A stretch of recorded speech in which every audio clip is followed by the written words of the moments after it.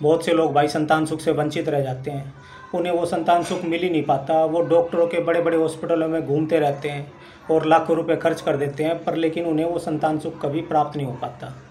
और उन दोनों जोड़े की भाई मेडिकल रिपोर्ट भी बिल्कुल साफ़ आती है। किसी भी हॉस्पिटलों में जाते हैं, उनके टेस्ट कराए जाते हैं तो उनकी टेस्ट रिपोर्ट बिल्कुल साफ़ आती है और बिल्कुल क्लियर आती है। वो दोनों शारीरिक तौर पे बिल्कुल ठीक होते हैं, पर लेकिन फिर भी उनको वो संतान सुख मिल नहीं पाता। तो ऐसा क्यों होता है?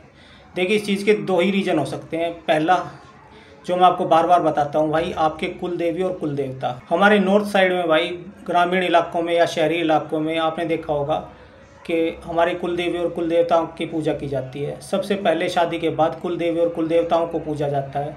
जब भी कोई नवविवाहित जोड़ा होता है भाई, उनको ले जाके उनके कुल देवी और कुल देवता के स्थान पे ले जाया जाता है और उनका मत्था टिकाया जाता है वहाँ पे, और आशीर्वाद उनको दिलाया जाता है, ताकि भाई आने वाले जीवन में वो सुखी रह सके और संतान सुख भी प्राप्त कर सके। तो हमारे नॉर्थ साइड में भाई आपने देखा होगा, ग्रामीण इलाकों में और शहरी इलाकों में भी माता मसानी गुड़गांव वाली की मानता है। आपने सुना होगा। बहुत से लोग ये समझते हैं भाई कि हमारे तो माता मसानी गुड़गांव वाली पूजती ही नहीं है। तो उन लोगों को भाई मैं क्लियर कर दूं, आपने देखा होगा कि होली के 1-2 दिन बाद हमारी माताएं, बूढ़ी माता, बहनें, बेटियां दूसरे दिन बासी दलिया माता को चौराहे पे पूजने जाती हैं उस चीज़ को। तो वो किसका पूजता है? वो भी भाई माता मसानी का ही पूजता है, चौराहे वाली का पूजता है, गुड़गांव वाली का पूजता है।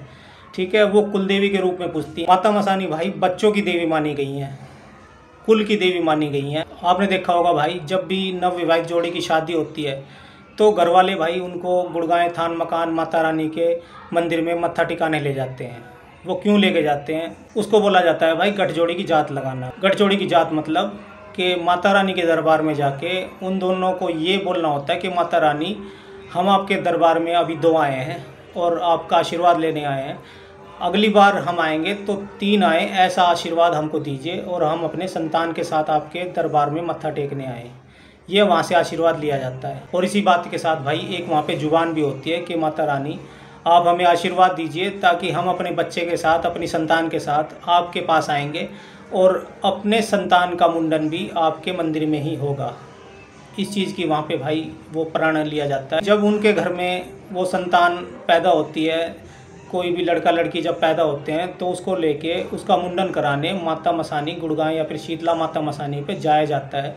वहाँ पे उन बच्चों का मुंडन करा के और बाल वहीं पे छोड़ दिए जाते हैं, माता के चरणों में अर्पित कर दिए जाते हैं कि माता रानी, आपने हमें आशीर्वाद दिया और ये हमें संतान सुख आपके आशीर्वाद से हमें मिला है। हम अपने बच्चे के बाल आपके चरणों में अर्पित कर रहे हैं और आने वाले समय में हमारा बच्चा बहुत उन्नति करे। और किसी जोड़े को भाई संतान सुख ना मिलने का दूसरा रीजन होता है तंत्र क्रिया। देखिए, तंत्र क्रिया में एक होता है कोख बंधन। कोख बंधन तंत्र क्रिया में सबसे उच्च श्रेणी का तंत्र माना जाता है भाई। इसमें किसी भी बहन बेटी की कोई गलत टाइप का भगत तांत्रिक उस बहन बेटी की कोख को बांध सकता है। उसके लिए वो उसके कपड़े भी इस्तेमाल कर सकता है, फ़ोटो भी इस्तेमाल कर सकता है, या फिर कोई भी उसका सामान होगा वो उसको दे के कोई भी आपका बैरी दुश्मन उस तांत्रिक या भगत से वो कोख बंधन करा सकता है। तो इस चीज़ का एक ही उपाय है। देखिए, बहुत से गाँव में माता मसानी का चौराहे पे या फिर गांव के बीच में एक उनका स्थान बनाया होता है जिसको चौगान बोलते हैं। उसी पे वो बहन बेटी उसको नहला के आती है, उस पर प्रण उठाया जाता है। 11 दिन का, 21 दिन का या 41 दिन का वो माता मसानी की पथवारी नहलाएगी वो बहन बेटी। उसके बाद अगर कोई भी तंत्र क्रिया कर रखी होगी किसी भी भगत तांत्रिक ने, तो भाई वो एक पल में माता रानी अपने नीचे उस चीज़ को ले लेती है और उसकी कोख को वो खोल सकती है। इसके अलावा भाई अगर कोई ढंग का भगत हुआ तो उस चीज़ को वो काटेगा और माता मसानी से ही कटवाएगा भाई। माता मसानी बच्चों की देवी मानी गई है। माता मसानी परिवार की देवी मानी गई है, वंश की देवी मानी गई है। वंश उन्नति के लिए माता की पूजा की जाती है और बहुत ही पाक दाग देवी हैं। और माता मसानी भाई लगभग हर देवी देवता के साथ चलती हैं। ऐसा नहीं होता कि वो अकेली पूजती हैं, वो किसी भी देवी देवता के साथ चल देती हैं।